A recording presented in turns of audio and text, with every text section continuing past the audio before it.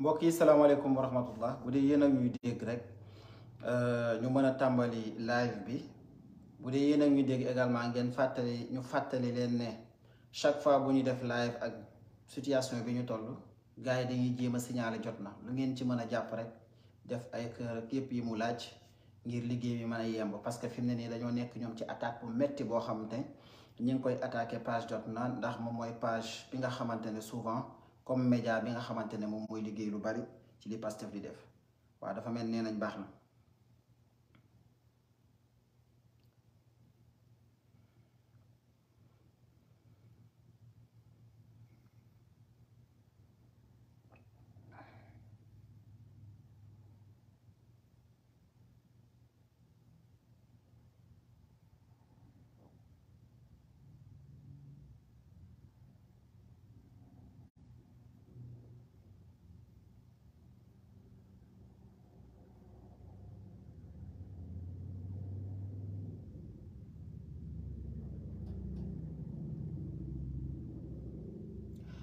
mbokk yi dañoo ñëw ngir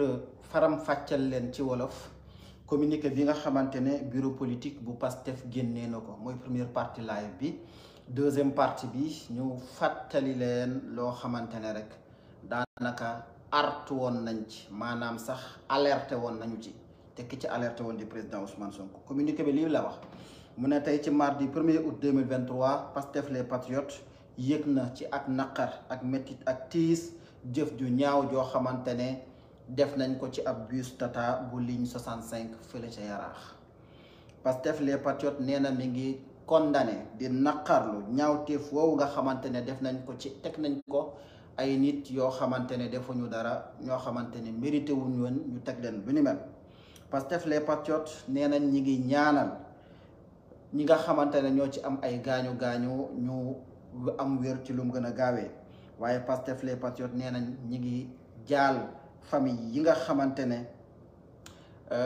seeni doom dañ cee ñàkk seeni bakkan waaye di ñaan ab tijji tëb l'enquête bu gaaw ci lu mu gën a gaawee ngir ñu xam ñan ñoo def jëf ju ñaaw ji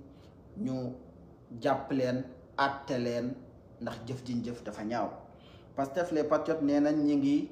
jaal tamit famille yi nga xamante ne dañoo ñàkk seeni bakkan démb te seeni doom ñu dóor leen ay bal ci manifestation yi famille yooyu tamit ñu ngi leen di jaal te ñaari bakkan yooyu rot si dafa ñëw yokk ci juróom fukk bakkan yi nga xamante ne am na depuis mars 2022 yoo xamante ne ñàkk nañ seeni bakkan ñii par bal ñii ci ay gaañu-gaañu te kat ci yooyu gaañu-gaañu ba tey wala ñooñu nga xam ne ñàkk nañ seeni bakkan juróom fukk yooyee li Pastef les patriotes seetlu nee nañ boobu ba tey amul benn enquête boo xamante ne tijji nañ ko te pourtant preuve yu leer nañ am na ci Pastef les patriotes ñi ngi fàttali nguur gi ñi nga xam ne ñoo yor état ne ñoom ñoo yor responsabilité stabilité politique maanaam réew mi dal ci wàllum politique réew mi dal ci wàllum jàmm réew mi nit ñi mën a am seeni liberté démocratique ku war a ñaxtu ku war a am loolu la naqari nga ne kat li naqari na ma waaye sa liberté bopp maanaam say àq ak yelleef état bi moo am responsabilité fexe ba nit ku ne sa àq ak yelleef nga mën cee jot état bi itam moo am responsabilité saa su mbir amee ñu àtte ko te nañ ko war a àttee ci wàllum justice ba lépp tegu ci yoon ba mu bañ a am benn parloo lii mooy li nga xamante ne mooy communiqué bi Pastef les patriotes génnee ma relire ko avant maa ñëw ci deuxième partie bi ñu fàttali ne tey jii nii ñi nga mardi 1er août 2023 Pastef les patriotes yëg nañ ci ak naqar ak tiis jëf ju ñaaw joo xamante ne def nañ ko ci bus Tata bu ligne 65 fële ca Yaraax Pastef les patriotes nee na ñi ngi naqarlu di mettetlu ñaaw tiif woowu nga xamante ne teg nañ ko ay nit yoo xamante ne defuñu dara Pastef les patriotes nee nañu ñi ngi ñaanal ñi nga xamante ne dañ cee am ay gaañu Pastef les patriotes nee na ñi ngi ñaan ñooñu ñu am wér ci lu mu gën a gaawee waaye Pastef les patriotes nee nañu ñi ngi ñaanal itam famille yi nga xamante ne dañ cee ñàkk seeni doom ñoo ngi ñaanal seeni doom waaye di leen jaal tey ñaan itam ab l'enquête bu leer nañ bu amul farloo ñu tijju ko ci lu mu gën a gaawee ba xam ñu def jëf ju ñaaw joojee ñu mën leen a jàpp àtte leen Pastef les patriotes nee nañu ñu ngi ñaanal famille yi nga xam ne itam dañoo ñàkk seen bakkan famille yi nga xamante ne seeni doom dóor nañ leen ay bal démb ñu ñëw yokk ci juróom fukk yi nga xamante ne dee nañu depuis mars 2022 Pastef les Patriotes nee nañu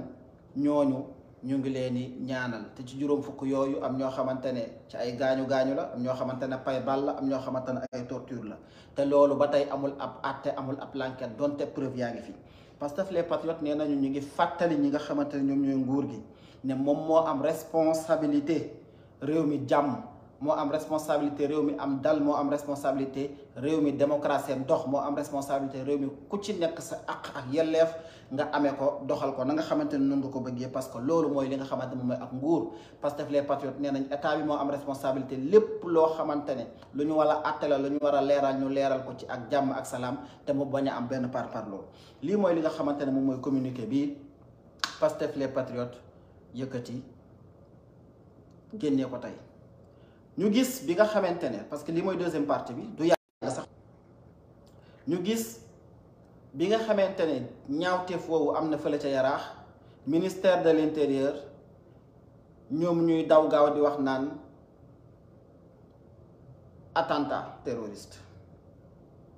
attentat terroriste loolu la ñu daw wax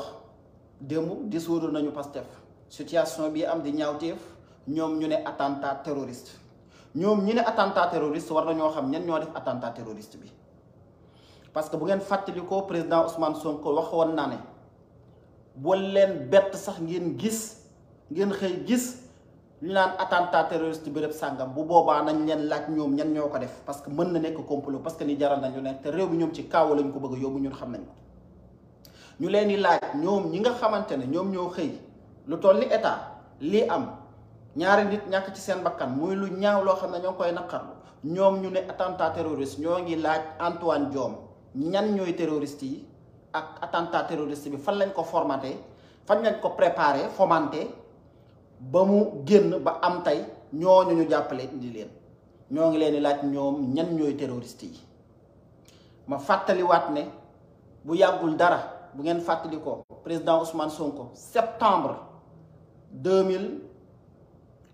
2022 waxoon ne bu leen am mbetteel bu ngeen gisee ab attentat boo xamante ne am na fi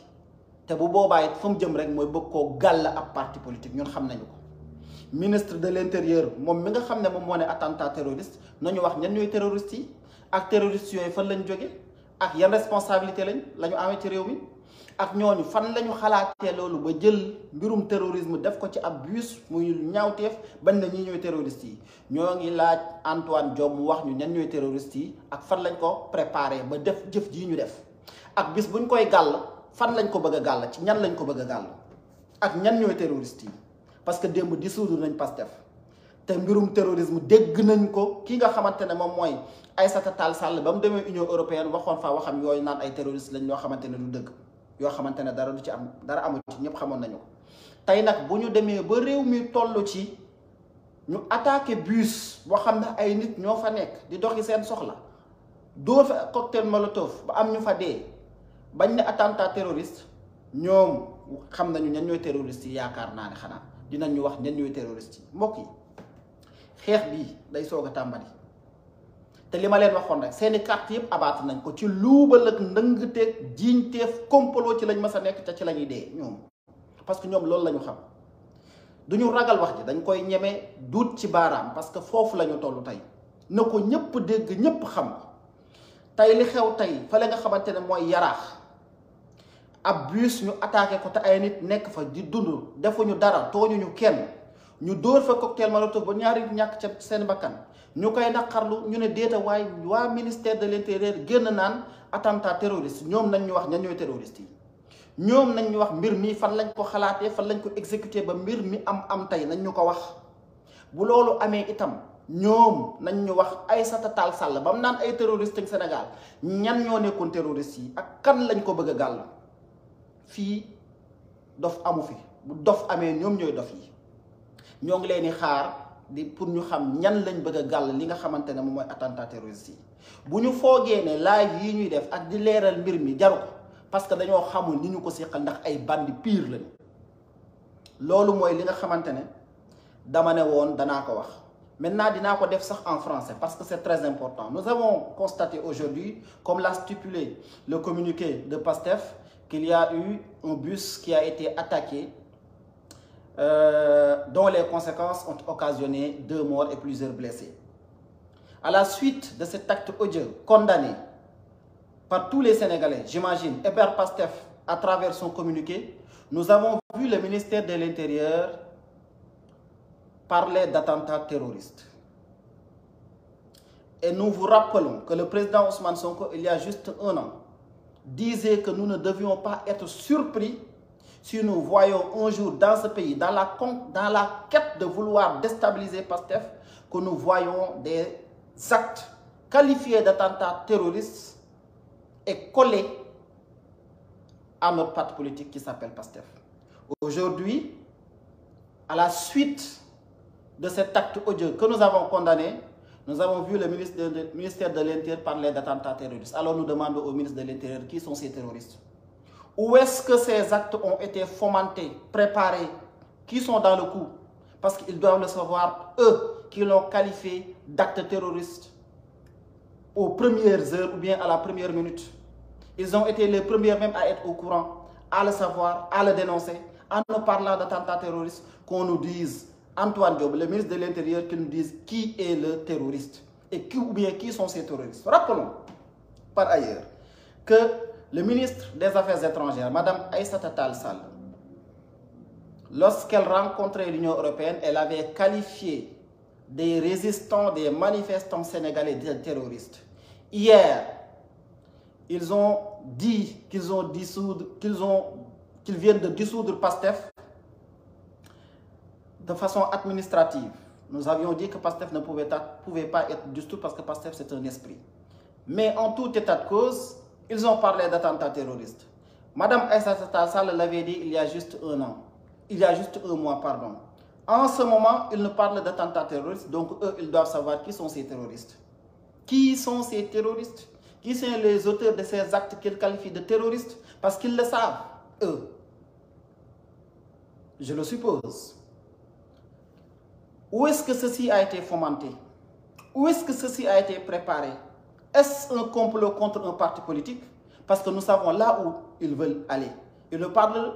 de complot, de terrorisme maintenant. Souvenez-vous, il y a juste 2 ans, ils avaient mis en place une loi qui disqualifierait tout parti politique lorsque l'on parlerait d'attentats terroristes. Et hier, ils ont fait ce que nous avons tous constaté en espérant dissoudre PASTEF, éliminer PASTEF de l'espace politique. Maintenant, ils n'ont pas d'alibi parce que l'acte a été condamné par tout le monde. Il fallait qu'ils créent un alibi. Est-ce que ce qui a été posé aujourd'hui à Yarach à travers le bus Tata, est-ce que ceci n'est pas un alibi pour essayer d'expliquer l'acte qu'ils ont posé hier en essayant de dissoudre PASTEF? Ce sont des interrogations que nous posons. Mais les terroristes, si on les cherche, ce ne sont pas ces Sénégalais qui se battent pour leur justice, qui se battent pour leur devenir, qui se battent parce qu'ils ont de l'espoir, qui se battent pour leur lendemain meilleur. Ce ne sont pas ces jeunes-là qui sont des terroristes. Ce ne sont pas ces gens de ce parti qui sont des terroristes. Il faudrait le dire. Ceux qui disent ou nous parlent de terrorisme, ils n'ont qu'à fouiller autour d'eux ceux qui ont fomenté ces actes-là. Et là, nous trouverons réellement qui sont ces terroristes. Et là, nous saurons pourquoi cet acte ou bien ces actes ont été qualifiés sur le champ de terrorisme en essayant de vouloir le coller à un parti politique qu'ils ont dit d'où hier. C'est ça leur objectif. C'est ça qu'ils veulent nous faire croire. C'est ça qu'ils veulent nous faire comprendre. Ce sont des mensonges. Et nous le savons. Nous continuons à résister. Nous continuerons à leur faire face. Nous continuerons à dire non. Nous continuerons à exercer notre droit naturel de résistance que nous confère la Constitution du Sénégal. mbokk yi lii mooy li nga xamante ne lañ ne woon nañ leen ko indil ñu xam ne jëf ji ñu jëf yëpp da am fu mu jëm am fu ñu ko bëgg a jëmale parce que kaawa lañ bëgg ci réew mi te loolu duñ ko nangu dañuy continuer suñu xeex continuer suñu résistance continuer wax déet su ko jaree continuer xeex ngir justice am ci réew mi continuer xeex ngir réew mi mën a baax réew mi mën a changer ndaxte ñun ñoo ko mën a changer ñun ñi nga xamante ne ñooy doomi réew mi waaye nag xeex boobu dañ ciy ànd ak doomi réew mi amul benn intérêt bu ñuy am di attaque kenn képp koo xamante ne sénégalais nga defuloo dara ñu lay attaqué gisuñu njariñ li waaye ñi nga xam ne ñoom ñoo waxi terrorisme war nañ ñoo trouver gisal ñu waxal ñu ñan ñooy terroristes yi jërë ngeen jëf di leen jox dig daje incha allah su amee yeneen information yoo xam ne jàpp nañu waras na koo waxtaanee.